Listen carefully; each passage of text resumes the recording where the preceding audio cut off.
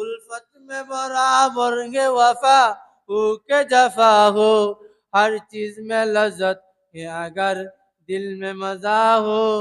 उल्फत में बराबर के वफा हो के जफा हो, हर चीज में लज्जत है अगर दिल में मजा हो। আল্লাহর নবীর সাহাবী বেলাল রাদিয়াল্লাহু তাআলা আনহু উমাইয়াকে বলেন, উমাইয়া রে, ব্যথা লাগে চামড়ায় কিন্তু দিলে বড় মজা। উমাইয়া বলতেছেন, বেলাল রে, তুই লা ইলাহা ইল্লাল্লাহ ছেড়ে দে, তোর বুকের থেকে পাথরগুলি সরাইয়া দিব। বেলাল রাদিয়াল্লাহু তাআলা আনহু বলেন, উমাইয়া রে, জীবন চইলা যাইতে পারে কিন্তু লা ইলাহা ইল্লাল্লাহ ছাড়তে পারবো না। শুধু তাই না, শুধু তাই না, বেলাল রাদিয়াল্লাহু তাআলা আনহু ইসলাম ধর্ম গ্রহণ করার কারণে বেলালের হাতের মধ্যে বেঁধে, পায়ের মধ্যে বেঁধে বেলালকে মক্কা শহরের সমস্ত অলিগলি ঘুরাই। আর বেলাল রাদিয়াল্লাহু তাআলা আনহুর পিঠের চামড়া কষে যায়, বেলালের পিঠ থেকে রক্ত বের হইতেছে। কিন্তু উমাইয়া বলে, হে বেলাল রে, ইসলাম ধর্ম চাইরা দে।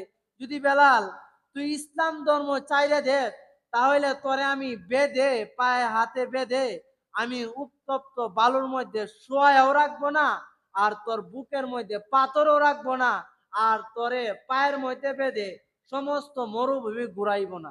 কিন্তু বেলাল রাদিয়াল্লাহু তাআলা আনহু বলতেছেন, হে উমাইয়া, আমার জীবন চলে যাইতে পারে কিন্তু আমি লা ইলাহা ইল্লাল্লাহু মুহাম্মাদুর রাসূলুল্লাহ এই কালিমা চাটতে পারবো না। সুবহানাল্লাহ কইতেন না?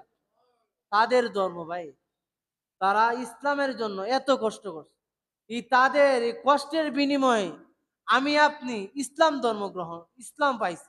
তারা যদি আজকে কষ্ট না করত, তারা যদি আজকে এই সাধনা না করত, রাসূলুল্লাহ সাল্লাল্লাহু আলাইহি ওয়াসাল্লামকে ভাই যখন আপনার উহুদ পাহাড়ে যখন রাসূল দাওয়াত দিতে যাইতেছিলেন, তায়েফের কাফেররা যখন আল্লাহর নবী সাল্লাল্লাহু আলাইহি ওয়াসাল্লামকে পাথর দিয়া ঢিল মারে, তখন রাসূলুল্লাহ সাল্লাল্লাহু আলাইহি ওয়াসাল্লামের সমস্ত শরীর ভাই, সমস্ত শরীর রাসূলুল্লাহ সাল্লাল্লাহু আলাইহি ওয়াসাল্লামের রক্তে রঞ্জিত হয়ে যায়। আল্লাহর নবী সাল্লাল্লাহু আলাইহি ওয়াসাল্লাম তার শরীর থেকে যখন রক্ত বের হয়, তিনি তার জামা দিয়ে মুছেন এবং আল্লাহ পাক রব্বুল আলামিন জিব্রাইলকে পাঠান।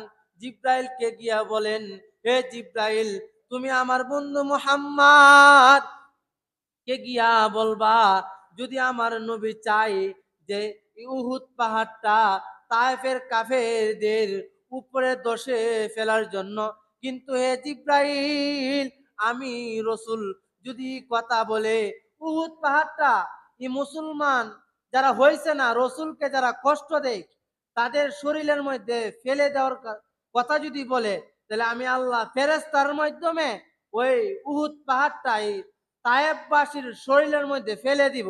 যখন রসুল বলতেছেন, হে ফেরেশতা, তারা আমারে কষ্ট দিতে পারে, তারা হয়তো আমাকে চিনে না, কিন্তু তাদের যে সন্তানাদি আছে তারা তো ইসলাম ধর্ম গ্রহণ করতে পারে, তারা না আমারে কষ্ট দেয়, কিন্তু তারা সন্তানাদি যারা আছে, পরবর্তীতে যে সন্তানাদি আসবে, তারা তো আমি নবীর কালিমা লা ইলাহা ইল্লাল্লাহ ইসলাম ধর্ম গ্রহণ করবে।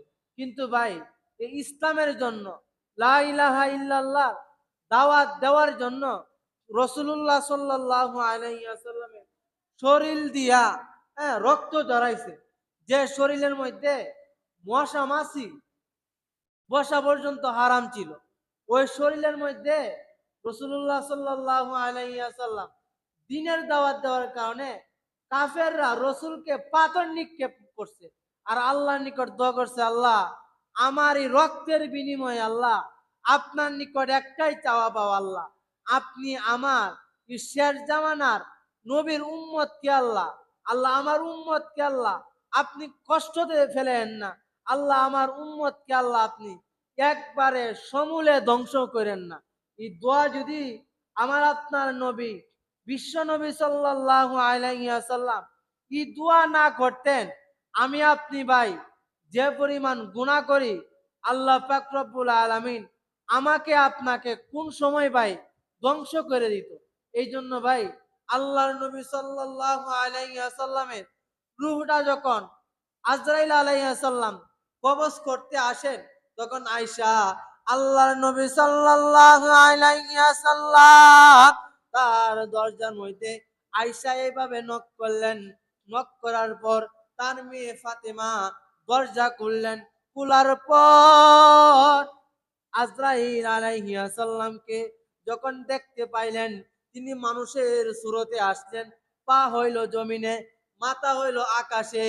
আল্লাহর নবী সাল্লাল্লাহু আলাইহি ওয়াসাল্লাম তার মেয়ে ফাতেমা দেখা আশ্চর্যান্বিত হইয়া যায়, ভয় পেয়ে যায়। আল্লাহর নবী সাল্লাল্লাহু আলাইহি ওয়াসাল্লাম ফাতেমাকে বলেন, হে ফাতেমা রে, আমার কাছে একজন মেহমান আসছে সাক্ষাৎ করার জন্য। আল্লাহর নবী সাল্লাল্লাহু আলাইহি ওয়াসাল্লাম তার কাছে যখন আজরাইল আলাইহিস সালাম যায়, যাওয়ার পরে বলতেছেন, ইয়া রাসূলুল্লাহ, আল্লাহ পাক রব্বুল আলামিন আপনার নিকটে সালাম পৌঁছাইছেন। হে আল্লাহর নবী, আল্লাহ পাক রব্বুল আলামিন আপনাকে বলছেন, আপনি যদি ইচ্ছা করেন তাহলে আমার সাথে আল্লাহর দরবারে চলে যাইতে পারেন। আর যদি আপনি ইচ্ছা করেন কিয়ামত পর্যন্ত থাকতেন, তবু আল্লাহর নবী থাকতে পারবেন। তখন আল্লাহ পাক রব্বুল আলামিনের নবী জিব্রাইলকে বলেন, হে জিব্রাইল রে, আমি মৃত্যুবরণ করার আগে, আমার রূহটা তুমি কবজ করার আগে আল্লাহ পাক রব্বুল আলামিন তার কাছে আমার কিছু পূজা পরামর্শ আছে। আল্লাহ পাক রব্বুল আলামিন কাছে আল্লাহর নবী বলেন, হে আল্লাহ, আপনি তো বললেন কুল্লু নাফসিন যায়কাতুল মাউত, প্রত্যেকটা প্রাণীরই মৃত্যুর স্বাদ গ্রহণ করতে হবে। কাজে হে আল্লাহ, আমিও যেহেতু মৃত্যুবরণ করব, কাজে আল্লাহ আপনার নিকট আমার চাওয়া পাওয়া হইল, আল্লাহ আখির জামানার যে নবীগুলি উম্মত আসবে, আল্লাহ আল্লাহ আপনি নবীর উম্মত গুলিকে, আমার এই উম্মত গুলিকে আল্লাহ সমূলে ধ্বংস করবেন না, আল্লাহ এই ওয়াদা দেন। তখন আল্লাহ পাক রব্বুল আলামিন বলেন, হে বন্ধু, আপনার উম্মত যতই গুনাহ করুক না কেন, আপনার উম্মত যতই পাপ কাজ করুক না কেন, আমি আল্লাহ পাক রব্বুল আলামিন আপনার সাথে ওয়াদা দিলাম, আমি আপনার উম্মতকে সমূলে ধ্বংস করব না। সুবহানাল্লাহ।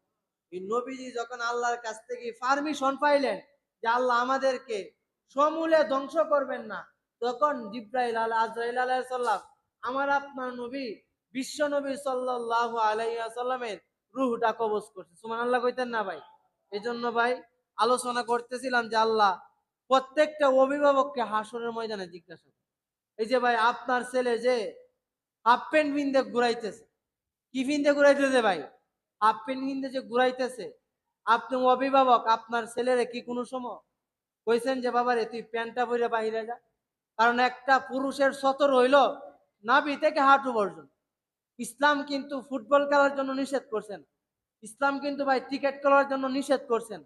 কিন্তু প্রশ্ন হইল ভাই, আমি আপনি যখন রাস্তাঘাটে চলাফেরা করব, তখন অন্তত পক্ষে আপনার কাপড়টা যেন হাঁটুর নিচে থাকে। কোথায় থাকে ভাই?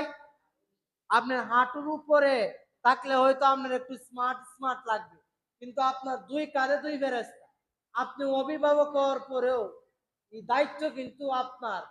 আপনি যদি আপনার ছেলে হাফ প্যান্ট পরার পরেও আপনি যদি আপনার হাঁটুর নিচ পর্যন্ত ডাইকা রাখা যে ফরজ, এমন কাপড় যদি আপনার ছেলেরে না কিনে দেন, তাহলে এই যে ডাইন কাঁধের যে ফেরেশতা, আজকে যে দিন, এটির কথার মধ্যে কোনো সন্দেহ আছে ভাই?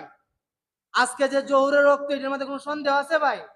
যেমনি ভাবে এই কথার মধ্যে কোনো সন্দেহ নাই, তদ্রূপ তেমনি ভাবে কোন পুরুষ যদি নাভি থেকে অন্তত হাঁটু পর্যন্ত ঢাকা না থাকে, তাহলে প্রতি সেকেন্ডে সেকেন্ডে বাম কাঁধের ফেরেশতা কবিরা গুনালে নাউজুবিল্লাহ কইতেন না?